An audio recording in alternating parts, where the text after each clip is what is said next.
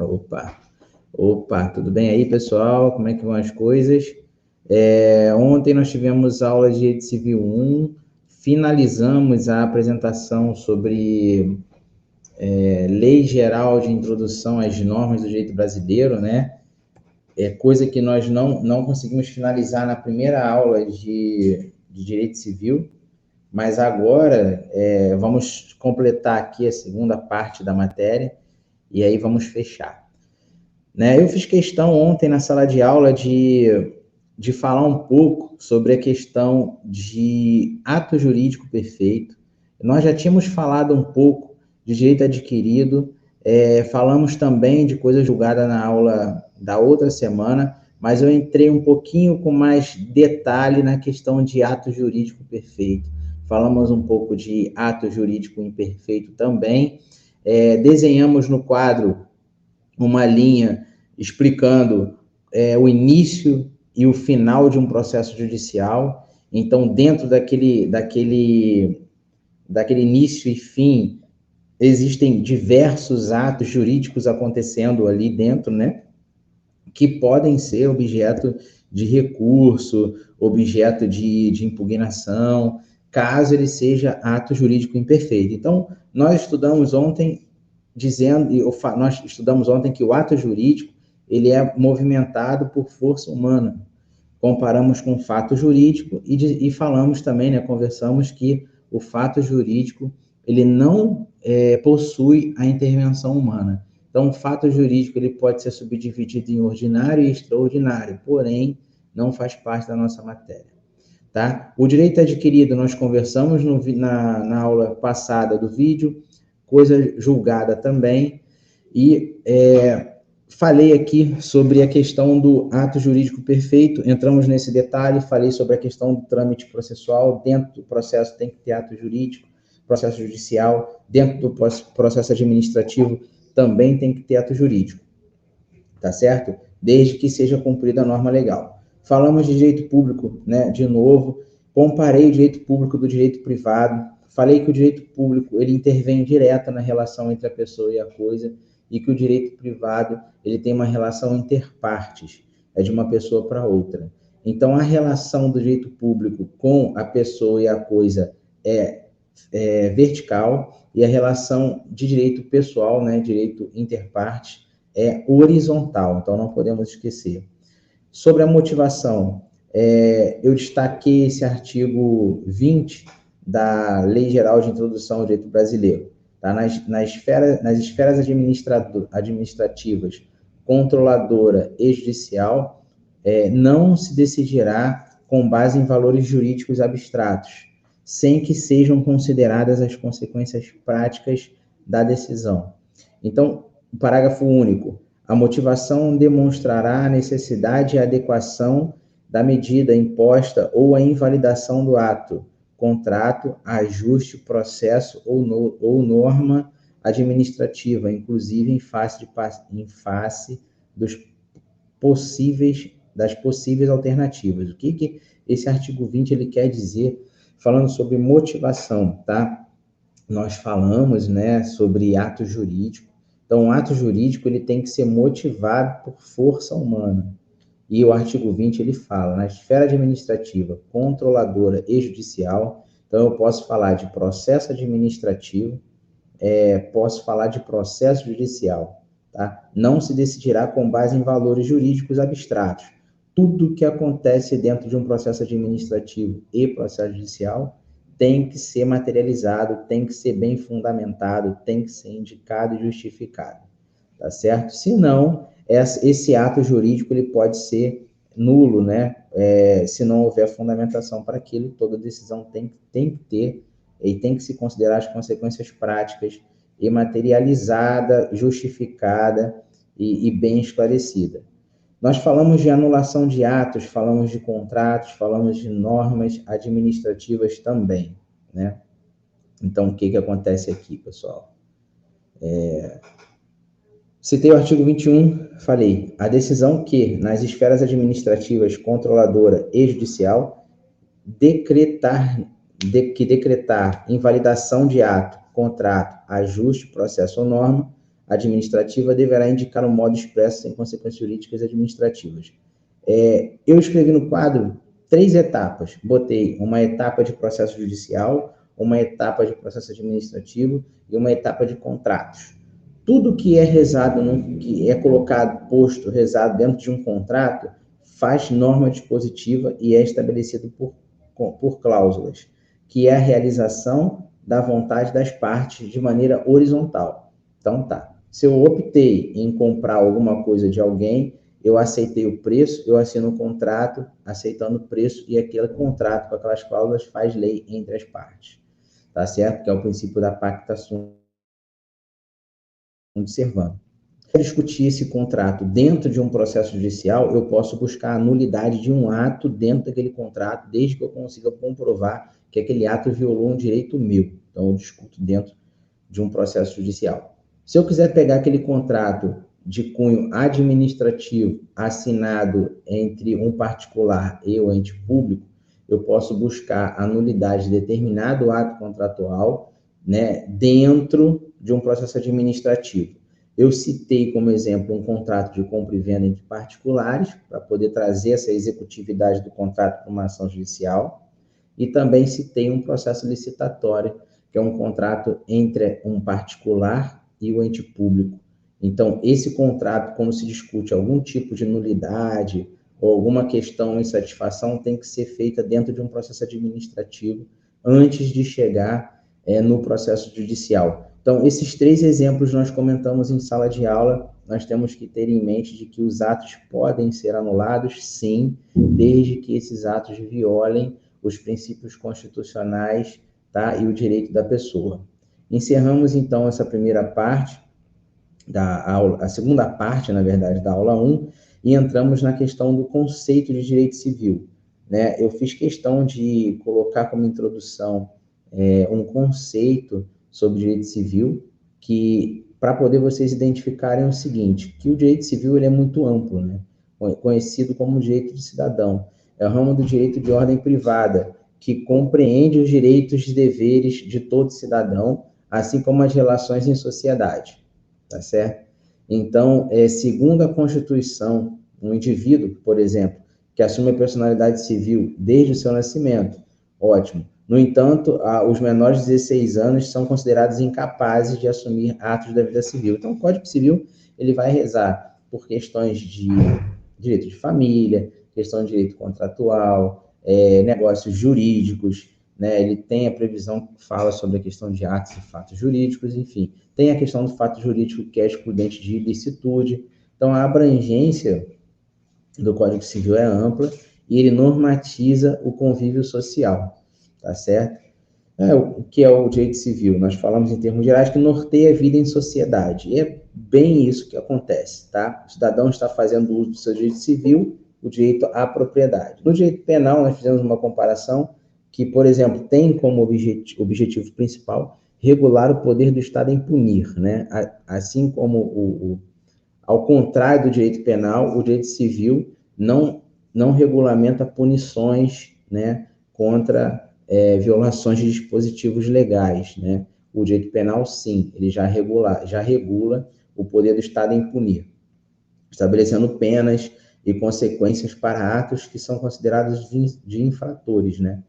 Percebe que os dois estão intimamente relacionados, que foi uma pergunta que eu fiz ali. O Código Civil determina direitos e deveres de uma pessoa, enquanto o Código Penal estipula as consequências de um ato infracional. Eles podem até caminhar em paralelo, porque o Código Civil fala de costumes também, né?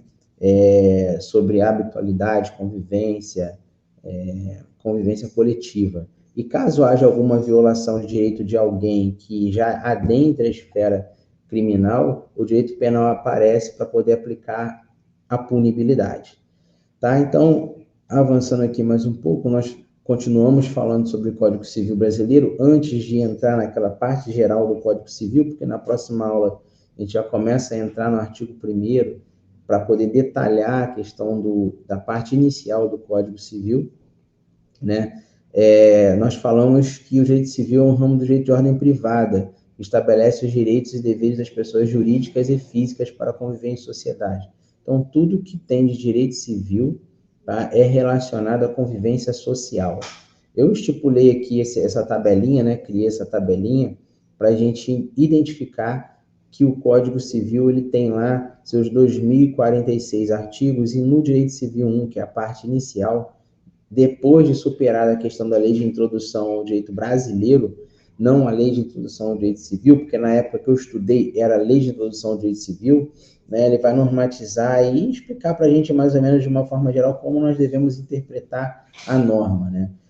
No início da aula nós falamos sobre a hierarquia das normas, nós falamos sobre a Constituição Federal, nós falamos sobre o princípio da inafastabilidade da jurisdição, onde eu citei como exemplo um Tribunal de Justiça desportiva, que é uma justiça desportiva, é uma justiça especial, onde todo trâmite processual desportivo deve respeitar do CNE, que é o Código Brasileiro de Justiça Desportiva, e superada todas as instâncias desse tribunal, que é administrativo, aí sim o particular pode buscar a justiça comum. Então, nós falamos do princípio da inafastabilidade da jurisdição para entendermos o ato jurídico, tá? Por que que eu passei lá na justiça desportiva? Porque eu quis dizer que dentro desse processo desportivo, que é um procedimento especial, também há atos jurídicos, e esses atos têm que ser perfeitos, porque se eles não forem perfeitos, eles são passíveis de nulidade. E se eles violarem um direito constitucional de alguém, aí o particular, após superado essas instâncias administrativas, pode buscar o seu direito na justiça comum. Assim, falando desse trâmite especial de direito esportivo, está permitido no artigo 217 da Constituição. Nós lemos em sala de aula, debatemos, esclarecemos e fomos bem a fundo com relação aos atos jurídicos, tá? Então, na próxima aula, nós vamos entrar nas pessoas, né?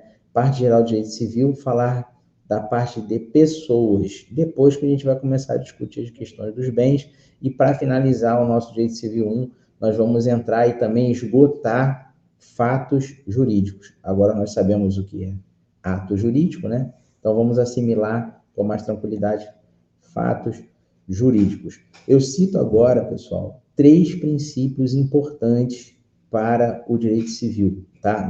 Vamos falar sobre a socialidade, a eticidade e a operabilidade.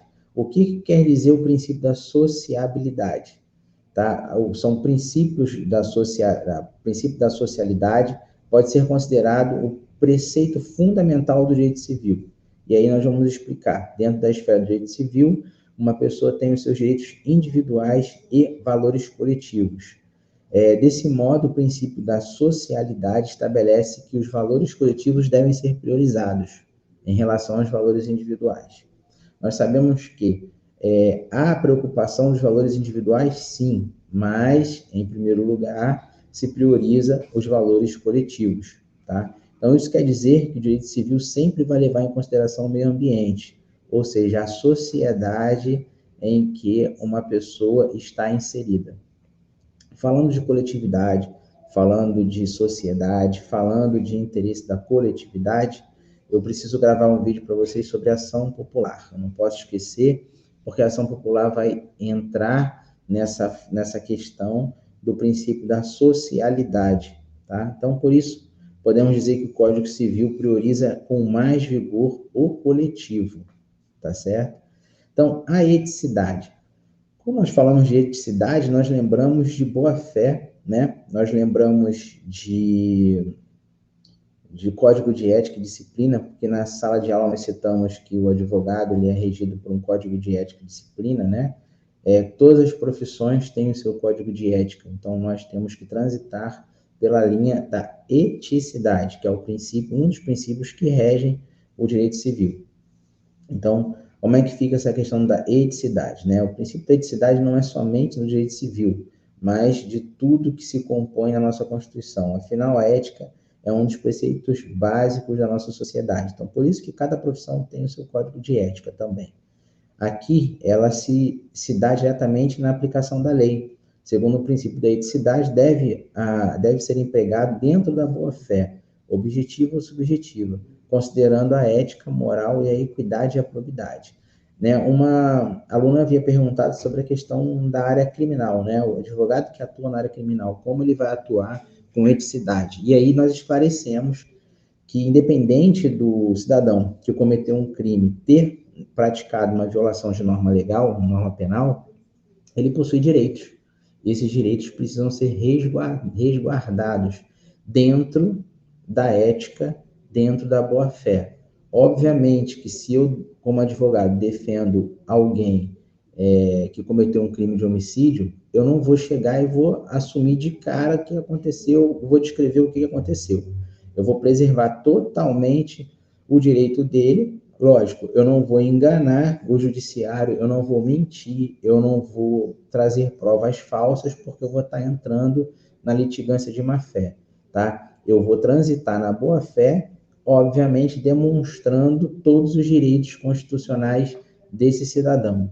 E óbvio que ele vai cumprir uma pena dentro do que a lei manda cumprir, nada de ilegalidade. Óbvio que se eu encontrar uma ilegalidade na decisão, eu vou enfrentar e trazer os direitos do meu cliente.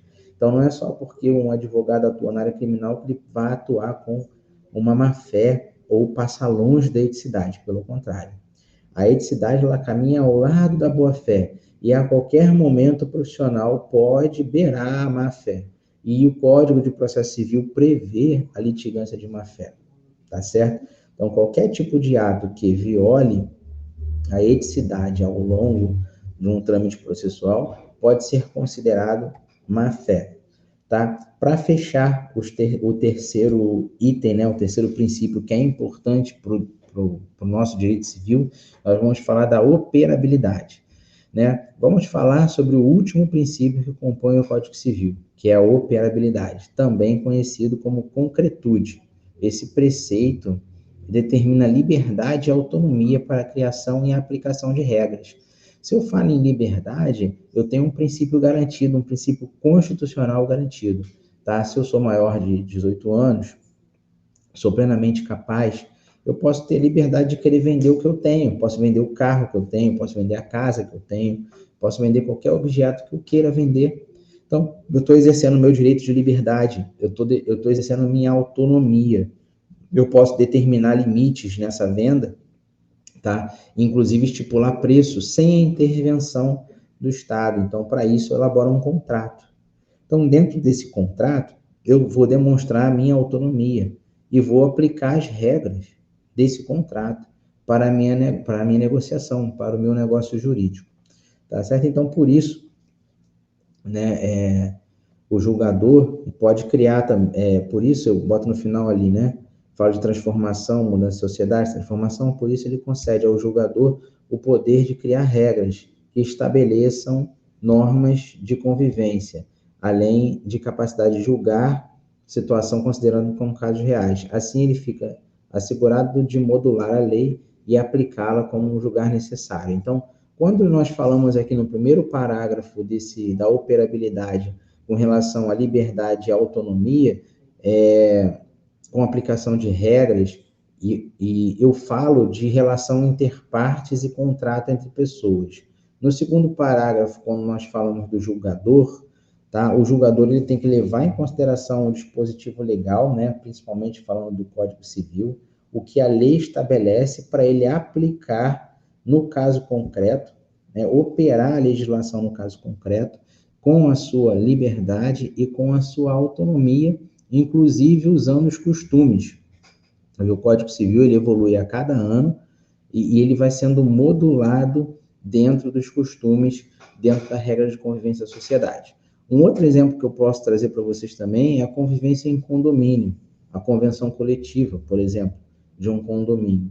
Então, nós temos na questão da operabilidade, quando o judiciário pega de todo o seu conhecimento do Código Civil para operar o processo judicial e aplicar a norma legal, quando o particular tenta realizar um negócio jurídico interpartes e cria suas regras dentro de um contrato e aplica determinada situação, o julgador aplica a norma legal dentro da sua liberdade e dentro da sua autonomia. Tá certo, pessoal? Então, ficamos por aqui. Chegamos aí a 19 minutos de vídeo, só para fechar essa parte introdutória do nosso estudo do Direito Civil 1, né? Vocês que estão tendo contato agora com o Direito Civil, para começar a entender e operacionalizar. Ao longo do curso do direito, vocês vão começar a falar de contratos, vão começar a falar de obrigações, vão começar a falar na parte de direito de família. Enfim, essa parte inicial, introdutória, é muito importante, né? Cabendo ressaltar ainda os princípios, não só esses 3 princípios que nós estudamos aqui, mas na sala de aula nós falamos do princípio da boa-fé, falamos do princípio da inafastabilidade da jurisdição, falamos do princípio do acesso à justiça, falamos de outros princípios também, da ampla defesa do contraditório, que são previstos na Constituição Federal. Tá certo? Então, quero aí agradecer a todos vocês pela atenção, né? Dizer que estamos aqui e daqui a pouco estou indo para a faculdade para poder pegar a turma de Direito Digital, trabalhar hoje a parte de Jurídico Data Driven, que vai ser uma matéria bem interessante. E amanhã eu estou subindo essa matéria, amanhã é sábado, na segunda-feira, estou subindo esse conteúdo no canal e no grupo, na comunidade e no grupo também. Tá? Então, agradeço a todos vocês. Na aula passada, nós falamos de um caso concreto. Eu ditei 4 questões. O caso concreto que eu estou trabalhando desde 2004, transformamos e adaptamos para o nosso conteúdo. E nas próximas gravações eu vou trazer as questões, né, de como nós vamos resolver esse caso concreto ao longo desse período, tá certo? Então, um abraço, bom final de semana a todos, para quem vai assistir na sexta-feira esse material, e até a próxima e vamos para cima.